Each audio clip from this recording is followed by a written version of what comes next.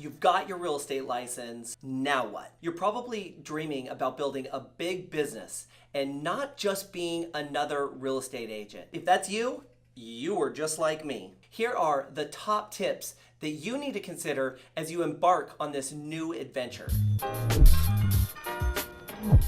Take it from me, I've learned some hard lessons along the way, and I can save you time, energy, effort, and some money. And why not? Let's get to the top of the mountain faster. So, you're now a business owner. Now what do you do? By the end of this video, you'll hear exactly the steps that I took to build a business that generates over 100 homes annually and in only about 4 hours of my time per week. What I can tell you is that you can do it in less time and with less failures along the way by following my advice. Tip number 1, start with the end in mind.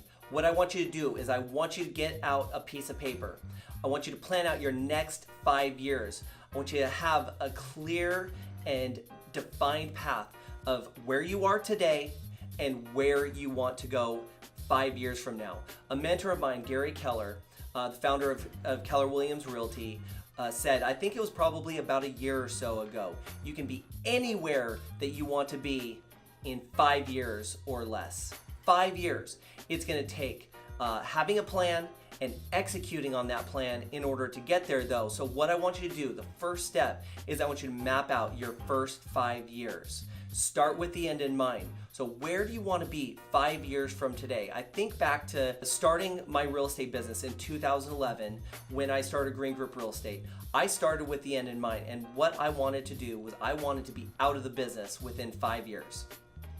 So what does that mean? And that doesn't mean like me scratching the whole business, because we built a very strong business. We built a great business, but I did not want to sell real estate any more than 5 years. I wanted to truly build a business, become a business owner, and have an asset that would last me year after year after year without having to work in it for 40, 50, 60, 70, 80 hours per week like I did in the beginning. You want to start with the end in mind, build out that 5-year plan, and that way you know exactly where you are today and where you need to go. Tip number 2, build a brand. Again, thinking back to starting my real estate business, I started with the name Green Group Real Estate. I was pretty blessed to have the name Andy Green and live in Portland, Oregon, where being green is kind of a big deal. So Green Group Real Estate worked really well for me. There are a ton of names for real estate business. So you don't need to use your name, you don't need to use your last name like I did. It just happened to work that it was very generic and it worked very well for me. So Green Group Real Estate, in the beginning it was actually Andy Green, Green Group Real Estate, and I think the name was up above. So my name was involved because what I wanted to do is I wanted people to know that who I am and that I'm starting a business and that I'm active and I'm involved in the community. That way I started to build a name for myself. Andy Green, it wasn't just the business, it was Andy Green. Within 2 years, we removed Andy Green from our logo, from all of our marketing. So it was truly Green Group Real Estate, and that's the way that we've branded it, we've marketed, and we've built the business based on that name. Green Group Real Estate. If you're building a business with the end in mind, something that you can eventually move out of and have a stream of income still coming into you, then you want to brand. You want to have a logo. You want to have a little bug for your logo. So that's not your full logo. It's just ours is just a little G. You want to make sure that your email signatures, if you happen to have stationery, which we don't have too much of these days, but we do use it a little bit. You want to make sure that's consistent. Your social media sites, your Instagram, your Facebook, YouTube, those are all consistent. So you've created a brand, you have brand consistency, and people start to see that if you're building your business right, and they take notice. So build your brand, start with the end in mind, and create a brand that will last. Let's take a second, comment down below. Tell me where you see yourself in 5 years. I'd love to hear where you see yourself in 5 years from now. Most people, they don't take the time to truly think about it. So stop, pause this video right now. think about, where do I see myself in 5 years? Comment down below. I want to hear about it. Next, think leads first. Without leads, you don't have a business. Let me say it again. Without leads, you do not have a business. So many people fight this. They fight lead generation. It's such an important piece of our business that so many people fight, and they just feel like anxiety and they're uncomfortable with it. Actually, pay attention and look for my next video where I'm going to dive a little bit deeper into lead generation and what that means to me and the difference between prospecting and marketing. So think leads first. How can you generate leads that are going to lead to appointments, and those appointments are going to lead to contracts, and those contracts are going to turn into closings? So think leads first. This is going to be very individual and specific for who you are, what your strengths are, what your weaknesses are. You need to come up with a true lead generation strategy that you can execute consistently. Let me say that again. Execute consistently. That's the key. So you can't just execute on a lead generation strategy for a day, a couple days, a week. You have to be consistent with your lead generation strategy. So what I would do to keep it simple, have you ever heard the acronym KISS? Keep it simple, silly. You want to make sure that you keep it simple. Come up with 1, 2, or at the most 3 different lead generation strategies that you can implement consistently, day in and day out. Build that pipeline that leads to appointments, that leads to contracts, that leads to closings, that leads to money in your bank account. So make sure that you think leads first. We'll definitely be posting more videos on lead generation as people that I coach and I teach and I train. They will hear this from me consistently and ad nauseum, that we will talk about lead generation. Where your leads coming from? Where are your leads coming from, and how can you generate more leads? Because that's the only way to increase the level of your business, is to increase the level of your leads. So think leads first. Crush your database. I want you to crush your database. Your database is the single most important asset that a real estate agent has. When we're looking at Zillow and Redfin and some of these other Open Door and some of these other companies coming into markets, one thing that I can promise you that they're not going to be able to do is compete with you in the eyes of your database. Unfortunately, too many real estate agents, they don't put the time, energy, effort, and consistency into touching their database.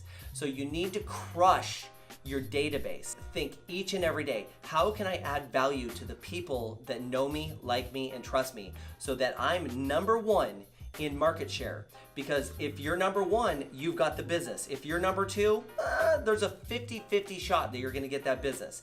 And if you're number 3, gone.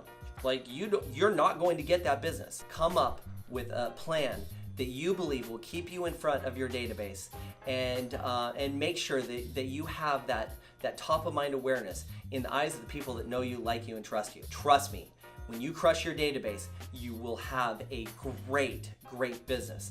Unfortunately, one of the things that I see from agents is they say things like this, like, oh gosh, I don't want to bother them. Oh, they don't want to hear from me. Oh, they heard from me a couple months ago. Oh, I saw them at the grocery. No. Come up with a consistent plan. They want to hear from you. They know you. They like you. And they trust you. So get over yourself. Get over that little devil that's sitting on your shoulder. We call it a drunk monkey. Get over that drunk monkey that is telling you that they don't want to hear from you. I'm not telling you to call them every single day or even every month. It kind of depends on who they are and how often you think you should touch base with them. I would say at a minimum, every quarter, every 3 months, you're reaching out to every single person in your database. And that doesn't mean that you're going to have, let's say you have 200 people, 250 people in your database.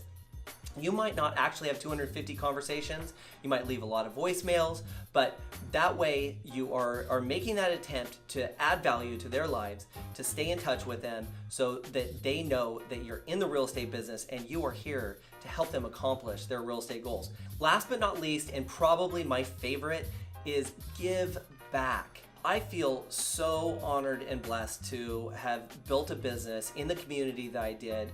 Live in a small little area, population about 24,000. It's called Wilsonville, Oregon. So it's not this huge metropolitan area. And I built a really strong business starting there. I started in one neighborhood.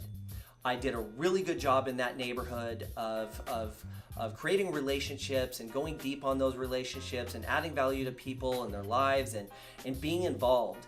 And then I spread out to the city. And from the city, I've just kept growing from there. So give back. What does that really mean and what does that look like? I'm very active and involved in the local community through our church, through sports. I happen to have 3 kids. Puts me in a great position to get to know people in my local community. I coach baseball, I coach football. I've coached a little bit of basketball. I usually take that season off and just enjoy watching my kids play. I coach soccer, very young youth soccer for about 4 years. I know nothing about soccer, like literally nothing about soccer.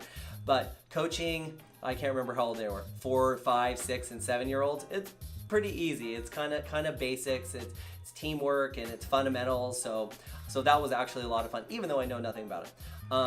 So give back your time, give back to various causes in your local community.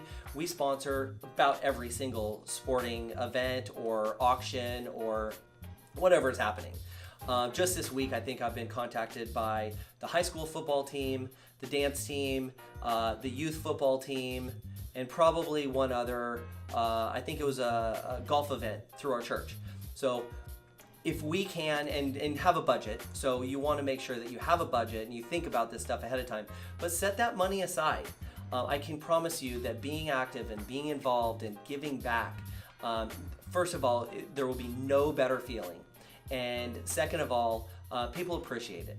It helps you to stand out from all of the other business owners in the local community. We've actually taken a step further and we're actually in the process of creating a nonprofit called Green Group Gives.